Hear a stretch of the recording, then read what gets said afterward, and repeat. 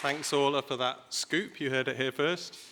Right, so now it's over to Ben to talk to you about our Open Prescribing prize and introduce some prize winners. Hey. Thank you. And I said I'd also talk just very briefly about open prescribing and where it comes from and how peculiar it is that we're here 10 years later with a room full of people. Open prescribing started in 2015, and it was me and the fantastic Anna Powell-Smith on 3 days a week for a few weeks with a bit of money that the West of England Academic Health Sciences Network had found down the back of the sofa at the end of the financial year. So it began just after March. You can picture the scene. And from the outset, we were adamant that we were going to have open ways of working at its core throughout. So it starts obviously with open data. And open data, where it is safe for data to be disseminated and shared, it is the best possible way to do it. The open data set that we use in Open Prescribing was interestingly available on the internet from 2011, and almost nobody did anything very much with it until 2015, which shows you data doesn't know what it's for, and data just being available is not enough to do the job of turning it into open working services. But there are so many more data sets that the NHS could share openly, in particular on our mind at the moment, because we're making open pathology, which is doing the same trick that we did for prescribing data to try and make open dashboards back to clinicians to help them understand variation in blood test requests. That could, in many respects, be shared as open data in the same way that the prescribing data is. We were also adamant from the outset that we would commit to open borders between specialties. So one thing that's really striking about today is you will see clinicians working side by side along pharmacists, working side by side alongside software engineers, and all of these different communities all bringing with equal status their own insights is the only way that you get this stuff built.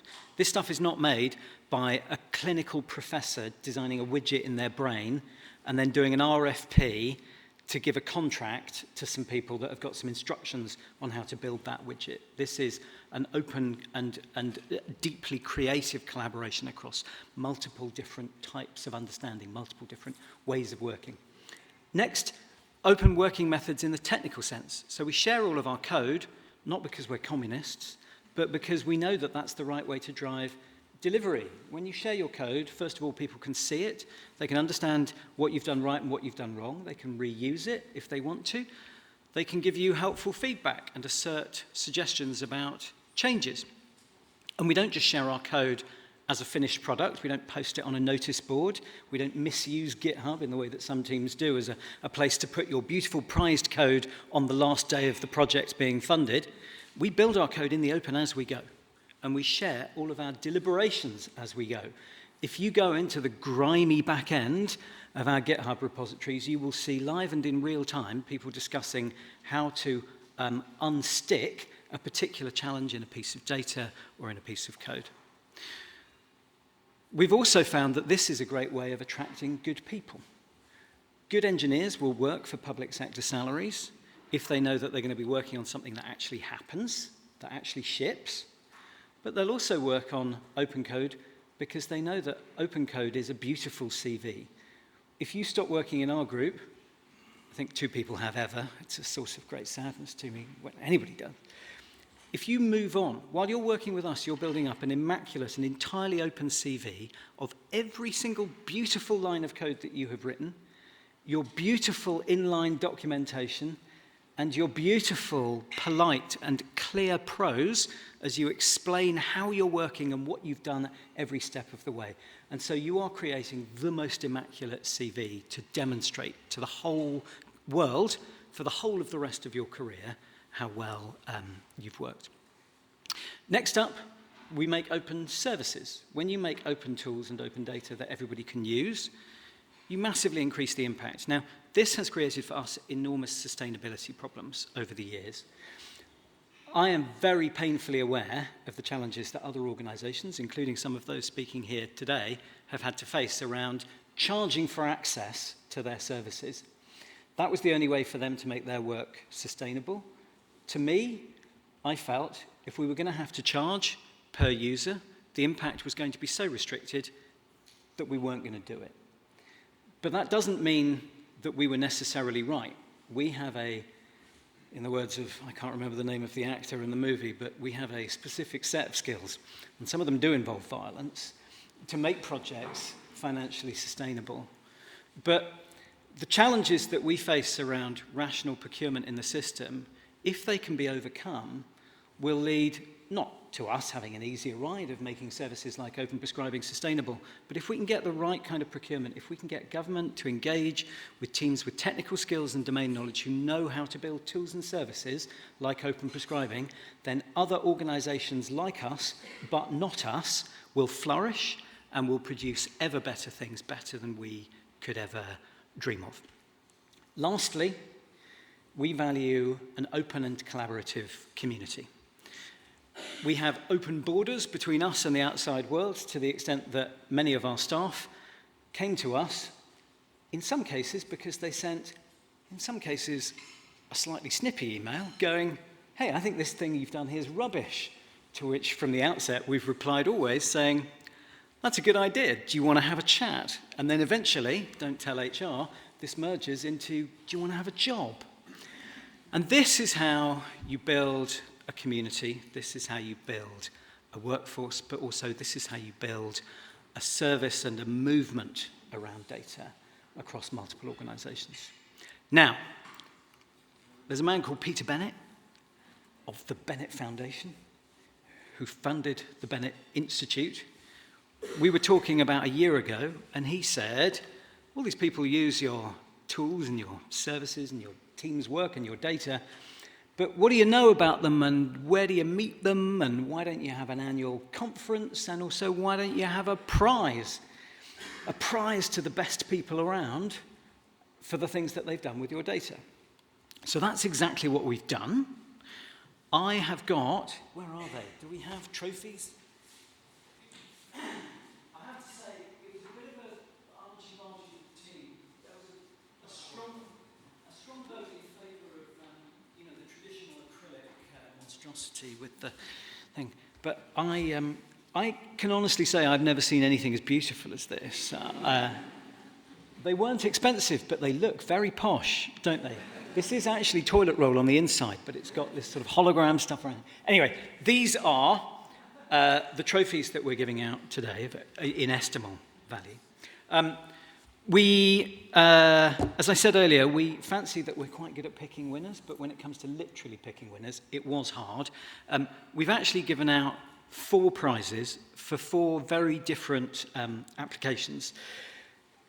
There was a huge variance in the scale of the work that was submitted, and also there was huge variance in, I suppose, age distribution.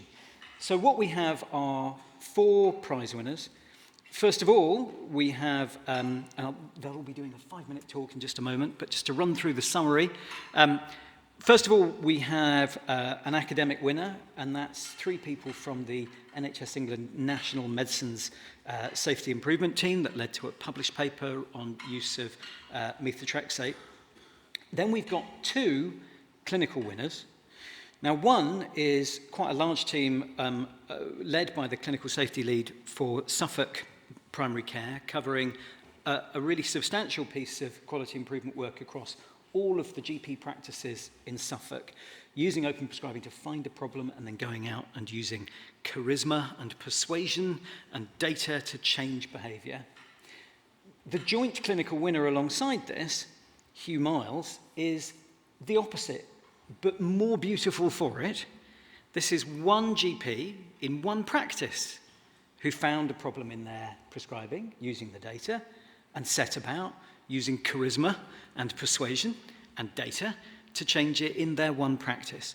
And that is why you put your services openly accessible online. And then lastly, our student winner, which, to be fair, could have won in any category, is a student looking at national hospital prescribing data across all ICBs.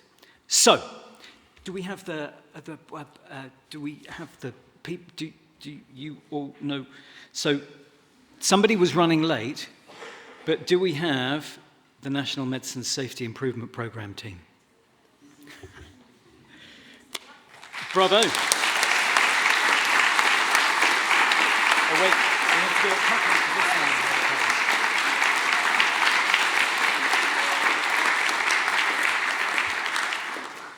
Trains were all cut off from the north. Apologies for coming in late. So my name's Ruth. I'm a pharmacist by profession, and I work for the National Patient Safety Improvement Team.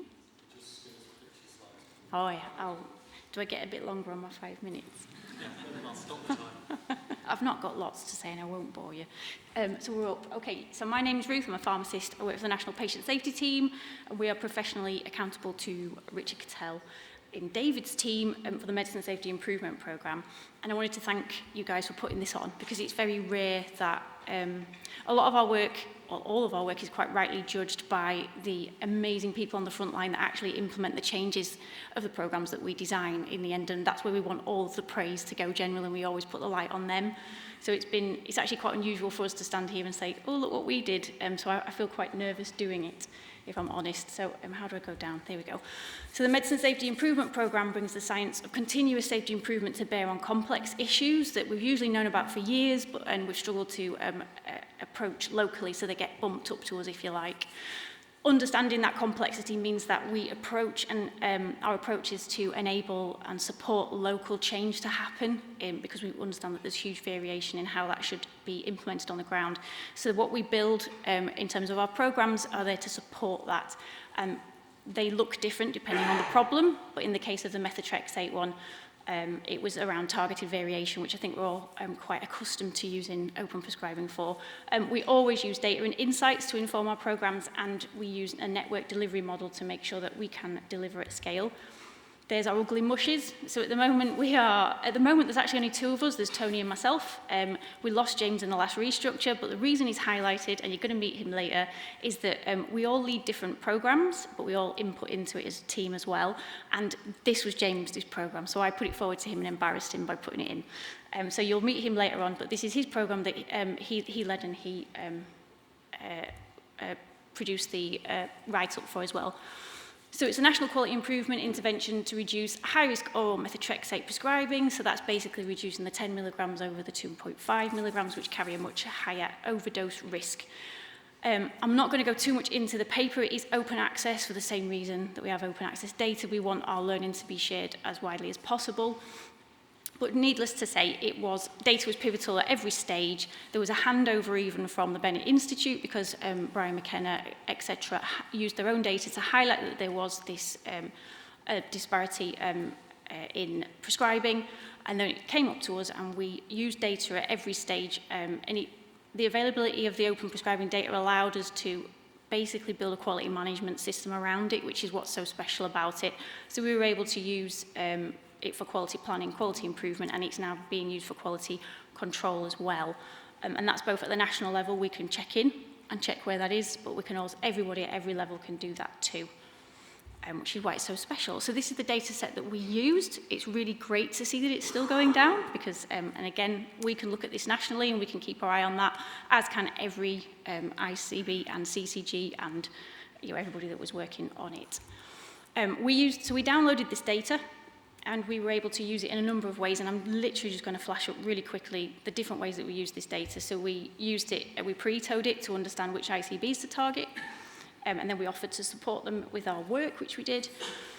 We then were able to use it to track our impact, if you like. So this is our outcome metric, and we were able to pull out, obviously, a counterfactual to understand whether or not, if we'd have just left the system alone, would it have carried on decreasing anyway? But no, the group that we worked with definitely converged and overtook the main group. So we were really pleased with the work that those ICBs were able to do as a result of the coaching and support that James did.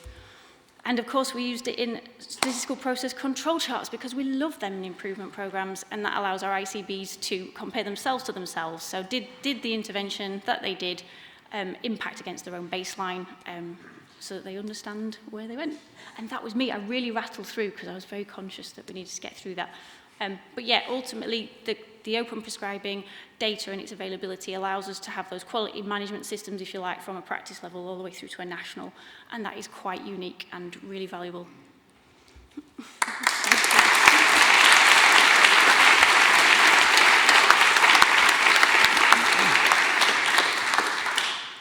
Bravo. So, next up, we have Paul Driscoll, who is Clinical Safety Lead across practices in Suffolk. We need a smiley photo of you being delighted to accept this. Sorry, I should have made that clear. We could do this later, though, if it's not... Okay, ecstatic photo.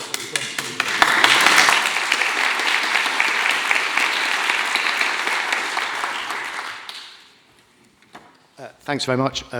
I've called this Mind the Gap because I think one of the issues with data is that there's lots of data out there and GP is very busy, and the problem is going from the data and the guidelines to actually the patient and making that change happen. I'm part of a group of practices, what's generally called a super partnership of 7 partners in sunny Suffolk, 70,000 patients. And that allows me to have half a day a week doing quality work. And I'm supported by a fantastic team, Helen, Judy and Maddie, of admin and clinical computer expertise to help us define the charts. So one afternoon I was just looking through the open prescribing data. How do we do that? On the clicker, thank you.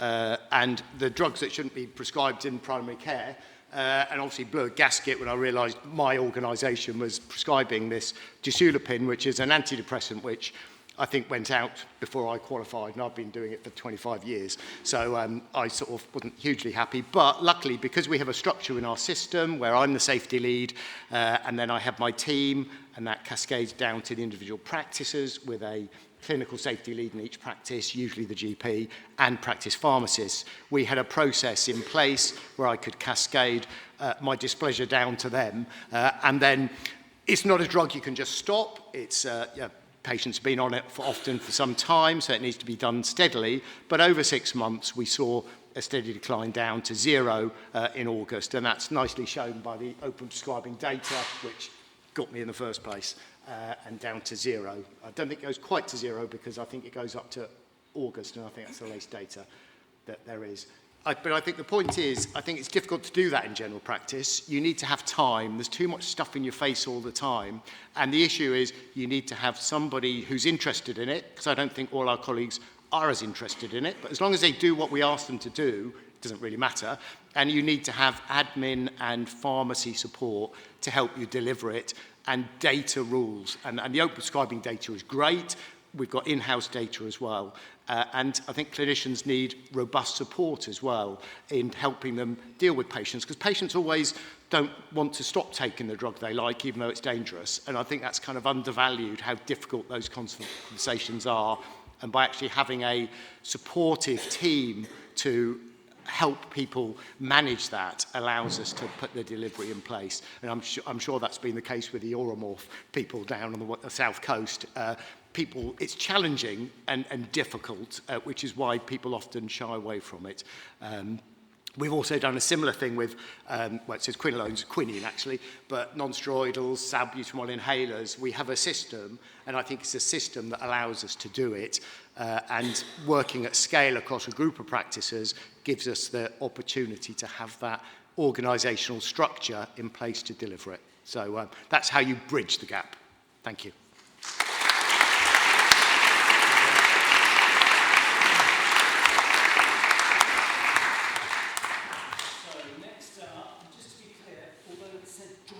Winner initially, for the purposes of your CV and your impact statement, you are the clinical winner. Next up, Huw Miles, who's a partner at Bushlow Practice.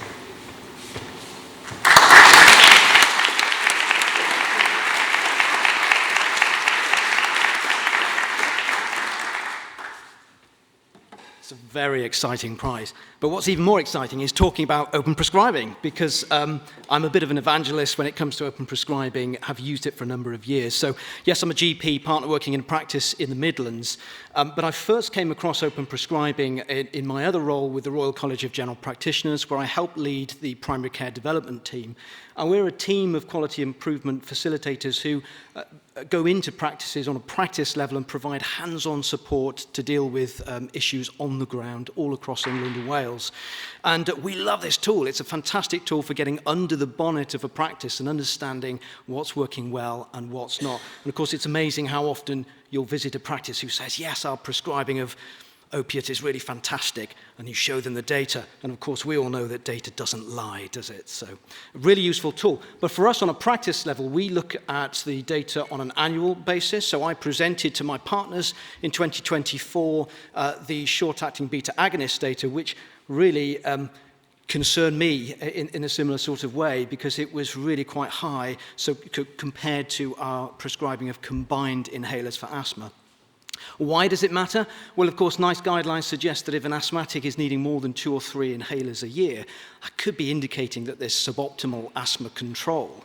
And the interesting thing about the open prescribing data is that it showed us something that nothing else did, because our QOF scores were excellent. And we knew that we were doing really well when it came to environmentally friendly prescribing of inhalers. But it wasn't until we looked at this data that we actually thought again as to whether we were doing as well as we thought we were.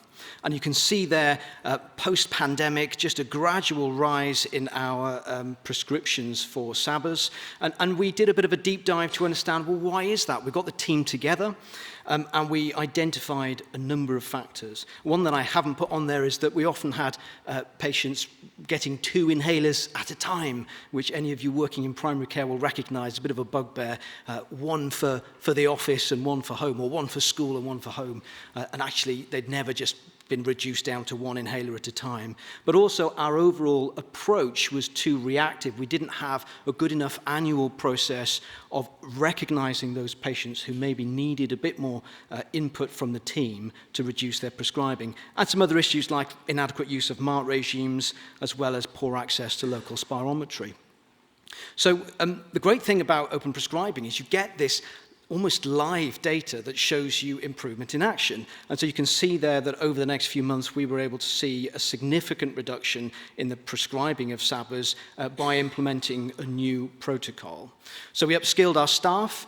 We started risk stratifying our asthmatics using the ACT score, the Asthma Control Test score, so that we could make sure that the people who were at the greatest risk were paired up with the clinicians with the greatest expertise. And so those asthmatics who actually looked as if they're really well controlled would still get a clinical review, but we were pairing up those people who were highest risk with the people with the greatest expertise. We're also putting a clear escalation plan in for our prescriptions team, so they track now how many prescriptions somebody's had within a 12-month period, and there's a sort of triggering process of alerts and of recalls that make sure that we're identifying early those people who are getting a lot of SABA prescriptions.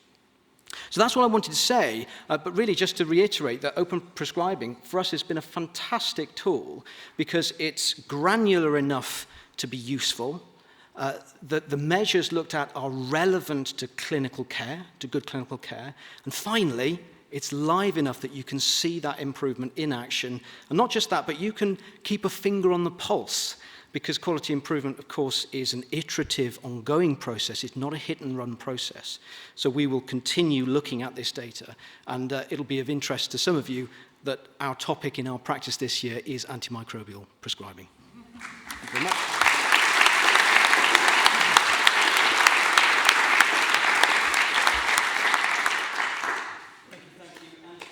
A reminder that across today, later on, you'll hear from academics talking about academic research using medicines data.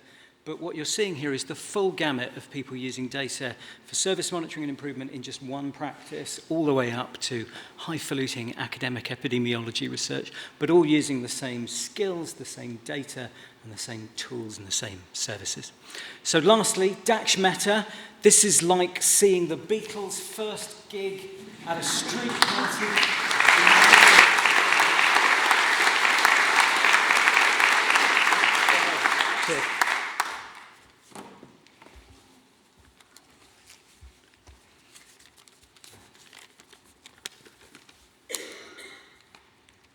Hello everyone, my name is Daksh. I'm a medical student at King's, and today I'll be presenting my research on guideline implementation in the NHS via the window of tenecteplase. And so a bit of background about tenecteplase. It was recently approved by NICE in 2024, as a safe alternative to the previous agent alteplase. And here is a timeline of the kind of evidence leading up to this change. There were several clinical trials showing its efficacy, as well as a national clinical guideline for stroke update in 2023, which added a new recommendation that all eligible patients for thrombolysis should be considered and offered the drug if need be. And the kind of final summary by NICE in July 2024 is that tenecteplase has equivalent clinical and safety outcomes to alteplase, which was the previous agent. And on top of that, it's also cheaper and can be administered in a single bolus without the need for an infusion, which obviously has massive implications for saving nursing time and resource costs as well. And so, using the Open Prescribing Hospitals platform, I initially investigated whether this might be something interesting to research, and I could see significant regional variation in the uptake of this new drug, and decided this was enough kind of reason for me to pull out the data from the secondary care medicines dataset and analyze this further. And the way I did that was with interrupted time series method. So I fitted trend lines before and after the intervention, which we dated as July 2024, to see if there was a significant change in slope afterwards, which would indicate a change in prescribing patterns following the guidance update. And here's an example of what we saw. So here's one example ICB, Mid and South Essex ICB, which was a very rapid adopter of tenecteplase. And as you can see on the right-hand side, shows positive trend line. And interestingly, on the left-hand side, shows a negative for alteplase, showing that in some ICBs, tenecteplase is now overtaking alteplase as the new agent and being phased out as well. There were also several ICBs that showed slow adoption and, interestingly, also non-adoption, despite all the NICE recommendations that came out. So an example here, there's no significant kind of slope change after the intervention. And so this raised several interesting questions about what's actually going on here and what might be causing this regional variation. And there are some limitations, obviously, as people have mentioned, so I think I'll move pretty quickly through this. So again, aggregated pharmacy stock control data does not reflect true drug prescriptions or true pricing data. And obviously, we're using this as an estimate, as a measure, to indicate maybe possible differences between ICBs. Additionally, with the methodology, it assumes there were no other interventions during the same time period that could have influenced prescribing. Again, using DDDs, which is what we used for once-only drugs, is potentially not the best idea, but at the time, this was kind of a standardized unit, and this is what we used. And furthermore, it's entirely plausible that variation's not actually occurring at ICB level, and decisions are made at trust or hospital level. And we'd like to explore this further in later phases of this research. And finally, it's difficult to identify confounding factors purely from drug data. And so leading on to the final slide, we kind of summarize the findings here. Approximate expenditure, obviously these are approximate numbers based on secondary care medicines data set. Potential savings in drug costs alone are roughly £3 million, not to mention nursing time and infrastructure. And to kind of assess any confounding factors, we looked at data from the Sentinel Stroke Audit Program, which collects information on baseline stroke management characteristics from all the big stroke centers in the UK.